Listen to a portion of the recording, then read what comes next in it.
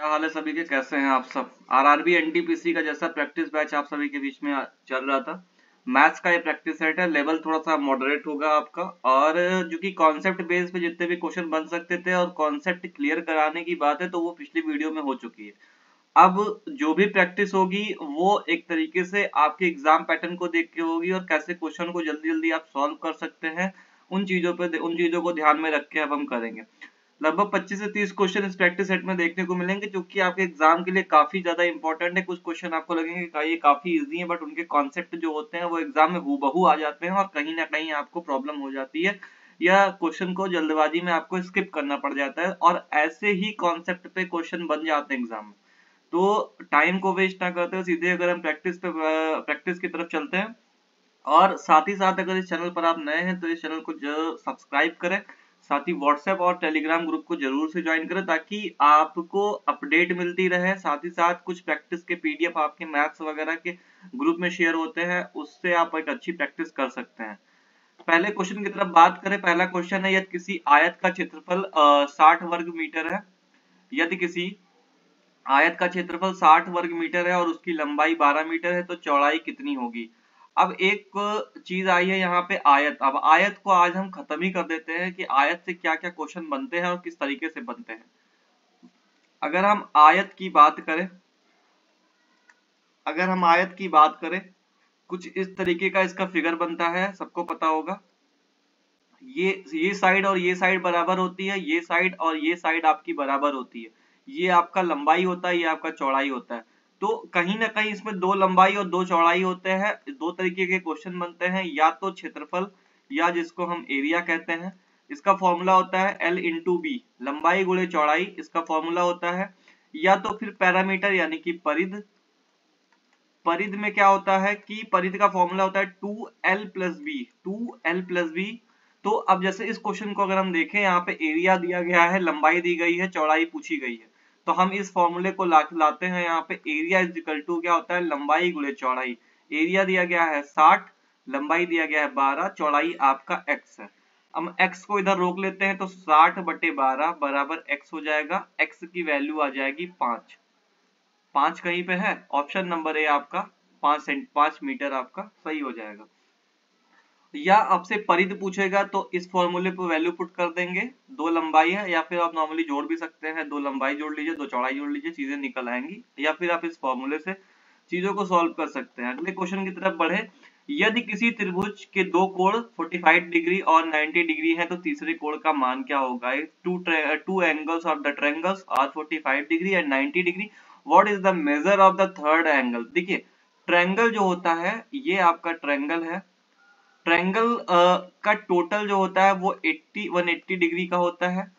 मतलब तीन कोण हैं अगर आपके, और तीनों कोणों का मान 180 डिग्री होता है। तो पहला अगर 45 है, फिर 90 है, और तीसरा आपका x है, क्योंकि वही हमें बताना है। और x बराबर कितना होता है, 180 डिग्री।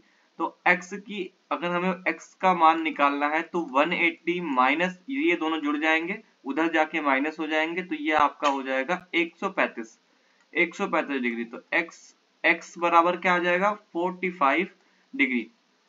ठीक है, तो ऑप्शन नंबर ए जो आपका है वो सही हो जाएगा। तो इस तरीके से क्वेश्चन आपको एग्जाम में भी देखने को मिलेंगे। ये क्वेश्चन ऐसे नहीं कि काफी इजी क्वेश्चन है, ऐसे ही क्वेश्चन आपसे एग्जाम में भी पूछे जाएंगे। अगला है, यदि 15% की छूट पर किसी वस्तु की कीमत 850 हो, तो वस्तु की वास्तविक कीमत क्या होगी। अब मैं कॉन्सेप्ट वो एक लॉन्ग मेथड नहीं बताऊंगा। 15% का मतलब होता है 15/100। 15/100, 15/100 का मतलब क्या होता है, 3/20। कोई सामान 20 रुपए का था, छूट हुआ है, यानी कि कम हुआ होगा। कितना कम हुआ होगा, 3 कम हुआ होगा, तो अब 17 हुआ होगा। और यहाँ पे छूट होने की बाद की वैल्यू लिखी गई है 850। तो अगर 17 की वैल्यू 850 है, यानी कि 50 गुने पे है ये, तो ये भी 50 गुने पे ही होगा। ये भी 50 गुने पे होगा। 1000 आपका आंसर हो जाएगा। 20 इंटू 50, 1000 आपका आंसर हो जाएगा। नेक्स्ट क्वेश्चन की तरफ बढ़े। एक घड़ी की सुइयां 6 बजे कितने डिग्री का कोण बनाएंगी। काफी बार ऐसे क्वेश्चन हमें देखने को मिलते हैं, क्लॉक रिलेटेड रीजनिंग में भी आ जाते हैं, मैथ में भी आ जाते हैं। देखिए, ये है घड़ी, 6 बजता है तो ये सुई ऐसे होती है, ये सुई ऐसे होती है। आपको पता है कि जब ये ट्रायंगल के आपकी घड़ी के कुछ केसेस होते हैं, एक ऐसे बनता है, एक ऐसे बनता है, ये कॉमन केसेस हैं। तो देखिए यहाँ 6 बज रहे हैं, यहाँ 9 बज रहे हैं, यहाँ 3 बज रहे हैं। देखिए 9 बजे 90 डिग्री का एंगल बनता है, 3 बजे 90 डिग्री का एंगल बनता है, बट 6 बजे 180 डिग्री का एंगल बनता है, 1 डिग्री का एंगल बनता है। तो आपका जो ऑप्शन नंबर बी है वो सही हो जाएगा। 180 डिग्री, 6 बजे 180 डिग्री का कोण बनता है दोनों सुइयों के बीच में। नेक्स्ट है, यदि 2x प्लस 5 बराबर 15 है तो x का मान क्या होगा। काफी इजी क्वेश्चन है। 2x प्लस 5 बराबर 15, 2x को ऐसे रोक लीजिए, 15 माइनस 5, 2x बराबर 10, x बराबर क्या हो जाएगा 5, x बराबर 5, 5 है कहीं पे, ऑप्शन नंबर है। तो भैया बार बार समझा रहा हूं, इस तरीके से क्वेश्चन को जल्दी जल्दी सॉल्व करो। ये आपको 3 लाइन के क्वेश्चन दिखते हैं, इसी में एक आगे एक क्लॉज ऐड हो जाएगा जिसका कॉन्सेप्ट ये होगा, बट क्लॉज कुछ और पूछ लेगा आपसे और आपका ये चीज नहीं क्लियर होगा, आप कभी इस चीज पे नहीं पहुंच सकते। तो सबसे पहले तो जो ये बेसिक चीजें हैं इनको साथ साथ समझते हुए चलिए। अगला है, यदि एक ट्रैक्टर 20 मिनट में 4 किलोमीटर चलता है तो उसकी गति क्या होगी। देखिए 20 मिनट 20 मिनट में 4 किलोमीटर चलता है तो 1 किलोमीटर कितनी देर में चलेगा, 20/4, यही तो होगा। यानी कि 1 किलोमीटर वो चलेगा 5 मिनट में। अब मुझसे पूछा है, कह रहा है कि उसकी गति स्पीड में। अब देखो आपको यहां ध्यान देना पड़ेगा, ये किलोमीटर प्रति घंटा, किलोमीटर प्रति घंटा, किलोमीटर प्रति घंटा, किलोमीटर प्रति घंटा। तो अब 5 मिनट में अगर वो 1 किलोमीटर चलता है तो 60 मिनट में कितना चलेगा, 1 घंटे में पूछा है ना। तो 1 घंटे में क्या, 12 पंचे 60, 5 को अगर हम 12 से गुणा कर देते हैं तो भाई 5 मिनट की दूर, 5 मिनट में 1 किलोमीटर चलता है, तो हमें तो चाहिए 60 मिनट में वो कितना चलेगा ना। तो ये कितने गुने पे है, 12 गुने पे है, तो ये कितने गुने पे हो जाएगा, 12 गुने पे हो जाएगा, तो 12 किलोमीटर चलेगा। 1 घंटे में 12 किलोमीटर चलेगा, तो 12 किलोमीटर प्रति घंटा, ऑप्शन नंबर ए सही हो जाएगा। यदि एक त्रिभुज का आधार 8 मीटर और ऊंचाई 5 मीटर, देखिए ये है आपका ट्रायंगल, ये है तो होता है बेस, ये होता है हाइट, और इसका एरिया का फॉर्मूला होता है 1/2 इंटू बी इंटू एच। तो अब एरिया दिया गया है, त्रिभुज का आधार बेस दिया गया है 8, हाइट दिया गया है 5 और एरिया फाइंड आउट करना है। ये काट सकते हैं, यहाँ आ जाएगा 20, एरिया कितना आया 20 मीटर स्क्वायर। देखिए जब दो वैल्यू को हम गुणा करते हैं तो स्क्वायर आता है, अगर हम 3 वैल्यू को गुणा करते हैं तो वो क्यूब आ जाता है। लंबाई चौड़ाई ऊंचाई तीनों चीजें आएंगी तो वो क्यूब में चला जाएगा, और अगर सिर्फ लंबाई और चौड़ाई 2 यूनिट आते हैं तो हमेशा वो स्क्वायर में रहेगा। कई बार क्या होता है कि यहाँ पे स्क्वायर भी लिखा रहेगा और यहाँ पे क्यूब भी कर देगा, यहाँ जैसे यहाँ पे 20 मीटर प्रति क्यूब कर देता, और आप गलती से जल्दबाजी में लगा के चले आएंगे और ये गलत हो जाएगा आपका। नेक्स्ट है, यदि किसी संख्या में 10 जोड़ने से परिणाम 25 होता है तो उस संख्या का मान, बहुत सिंपल सा क्वेश्चन है, अगर हम 15 में 10 जोड़ देते हैं तो वो 25 हो जाता है। बिल्कुल लंजू पंजू सा सवाल है, आगे बढ़ जाओ। अगला है, समय और दूरी के बीच का अनुपात, समय और दूरी के बीच का अनुपात, ये है आपका टाइम और ये है आपका डिस्टेंस। इनके बीच का रेशियो जो है वो 4:5 है। समय 12 घंटे, 4 की वैल्यू दी गई है 12 घंटे, यानी कि कितने गुने पे, 3 गुने पे, तो ये भी 3 गुने पे हो जाएगा। 15 किलोमीटर 15 किलोमीटर आपका सही हो जाएगा, ऑप्शन नंबर बी है आपका, वो सही है।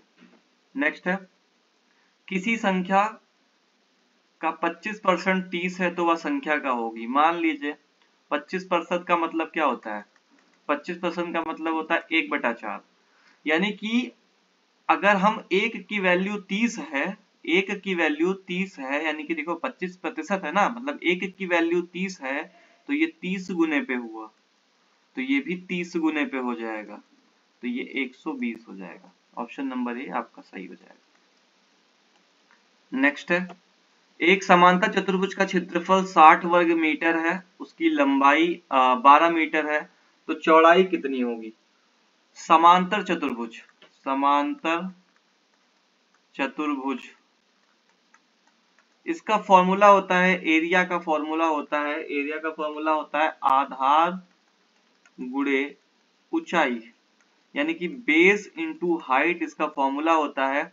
ये पहले से दिया गया है 60 वर्ग मीटर, हमें बेस पता नहीं है, हमें बेस नहीं पता है, हमें लंबाई हाइट इसकी पता है कितनी है, तो यहाँ पे रख देंगे हम 12, इस x को यहीं रोक लेते हैं, इस 60 के नीचे अगर हम 12 को लेके आते हैं तो 12 पंचे 60, तो x की वैल्यू 5 मीटर आपका जो है ऑप्शन नंबर ए सही हो जाएगा।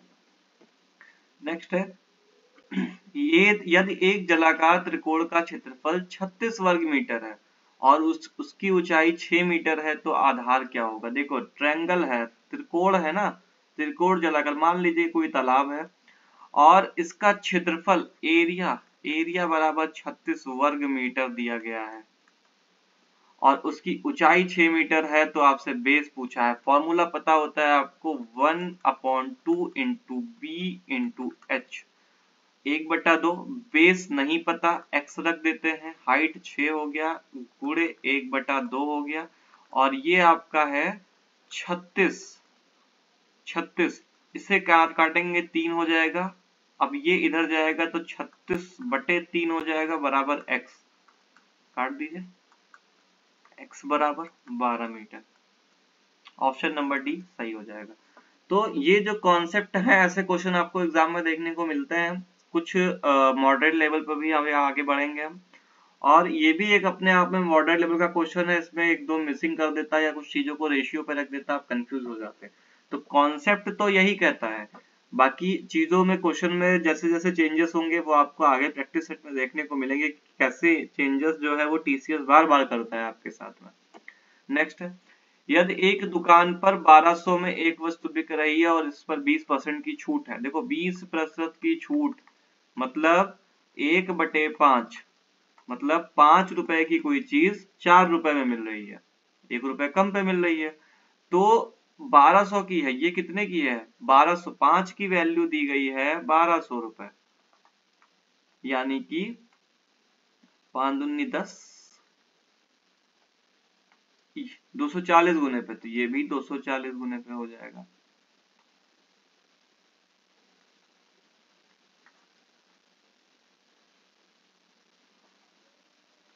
अच्छा, एक सेकेंड, नजर हटी, दुर्घटना घटी।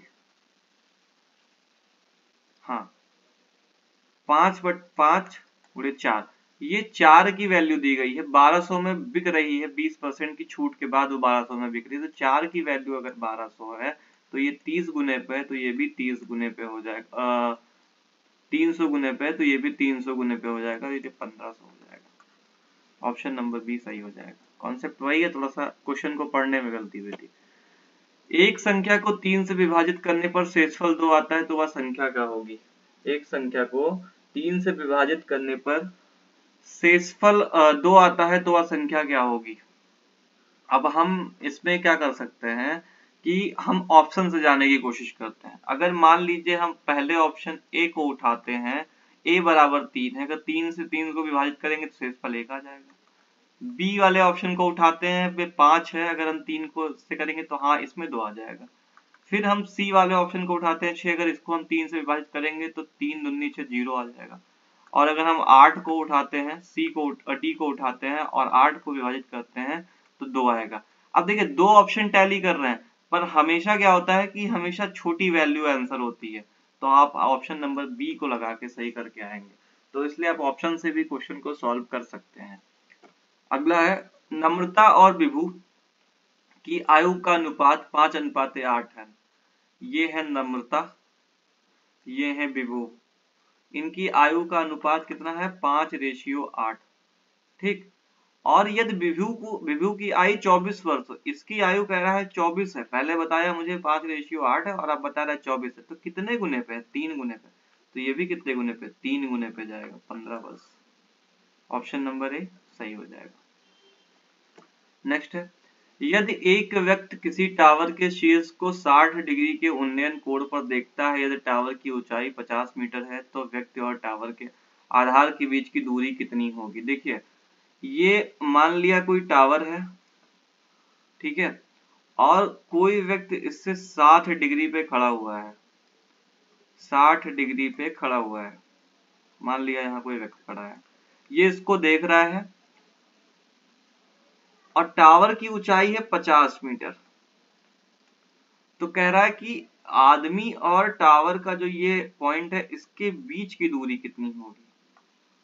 ठीक, तो अब देखिए, ये ट्रिग्नोमेट्री का क्वेश्चन बन जाता है। हमें कौन सी वैल्यू पता है, हमें एक तो ये 50 पता है और एक तो ये x पता है। तो एक फॉर्मूला होता है LAL अपॉन के। अब हमें क्या पता है, लंब पता है इसका और आधार पता है। तो ये लंब और आधार ये tan का होता है, तो हम फॉर्मूला लगा सकते हैं tan 60 बराबर 15 अपॉन x। ठीक है, tan 60 का मान सबको पता है √3 होता है, इसका मान 50 बटा x को ऐसे ही रहने देते हैं।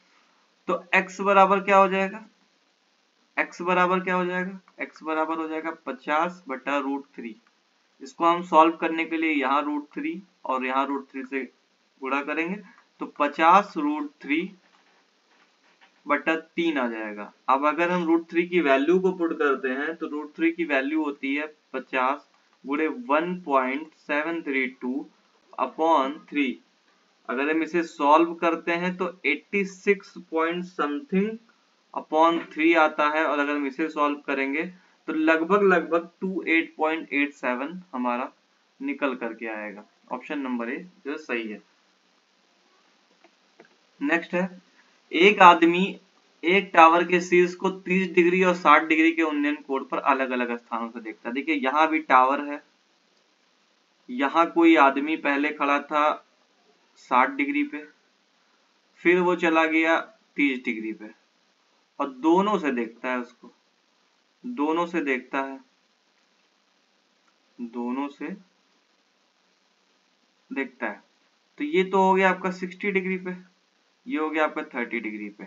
अब स्टेटमेंट क्या कहता है, यदि दोनों स्थानों के बीच की दूरी यानी कि इस पॉइंट और इस पॉइंट के बीच की दूरी 100 है, टोटल दूरी तो d हो गई, टोटल दूरी d हो गई, नहीं 100 प्लस d हो गई, और ये दूरी आपकी d हो गई। तो कहते हैं टावर की ऊंचाई बताइए। सबसे पहले हम इस 30 को उठा के रखते हैं तो यहाँ पे tan ही लगेगा, तो tan 30 बराबर ये मान लेते हैं x है, x अपॉन कितना हो जाएगा, ये दूरी और ये दूरी, तो 100 प्लस डी, 100 प्लस डी हो गया,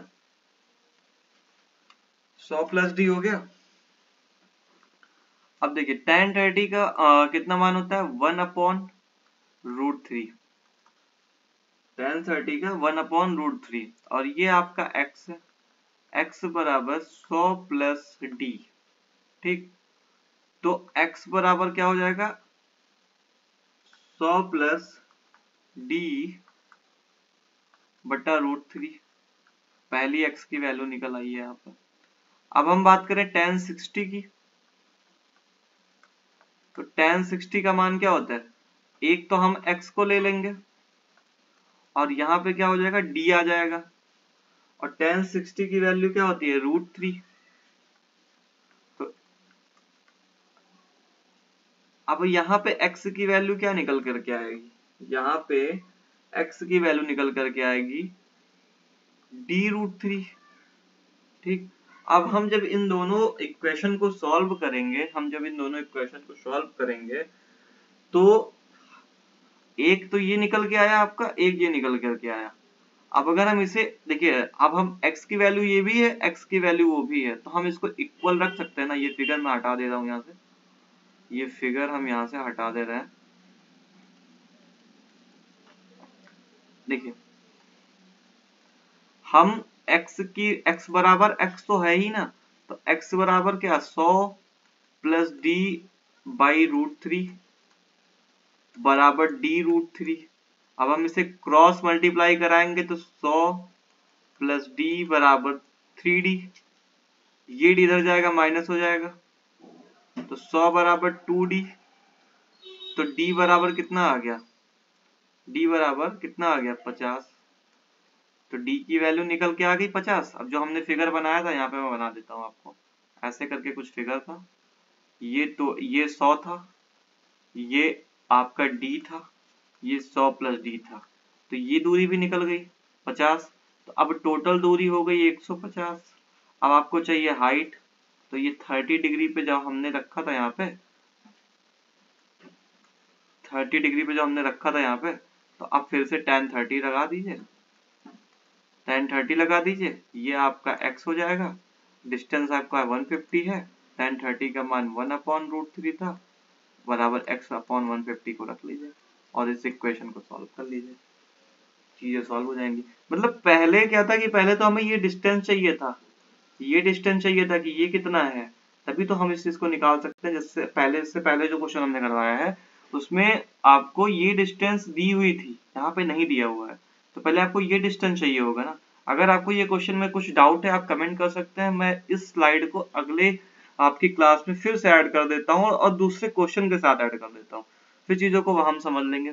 पर एक बार आप पहले खुद से चीजों पे कोशिश करिए कि आप खुद से चीजों को समझ पाइए। अगला है, यदि एक व्यक्ति एक पोल को 45 अंश के उन्नयन कोण पर देखता है, यदि वह व्यक्ति पोल की दूरी 10 मीटर पर है। देखो समझो, एक पोल है, एक व्यक्ति है, यहाँ खड़ा है कहीं, यहाँ खड़ा है कहीं, यहाँ पे 45 डिग्री पे वो उस पोल को देखता है और उसकी दूरी 10 मीटर है। तो h पूछा है, हाइट कितनी है इसकी, लगाओ भैया 10 54 45, h/10 हो गया, 10 45 की वैल्यू 1 होती है, h/10 h की वैल्यू 10 आ जाएगी। ऑप्शन नंबर बी आपका सही हो जाएगा। कह रहा है एक समबाहु त्रिभुज की प्रत्येक भुजा की लंबाई 10 सेंटीमीटर है, प्रत्येक भुजा की लंबाई 6 सेंटीमीटर है, तो उसका क्षेत्रफल। समबाहु त्रिभुज का क्षेत्रफल, समबाहु त्रिभुज का क्षेत्रफल का फॉर्मूला होता है √3/4 a स्क्वायर। अब देखिए इस फॉर्मूले पर रख दीजिए √3/4, a की वैल्यू दिया हुआ है 6 सेंटीमीटर, प्रत्येक भुजा की लंबाई 6 सेंटीमीटर, तो 6 का होल स्क्वायर। सॉल्व कर लो, 6 गुणे 6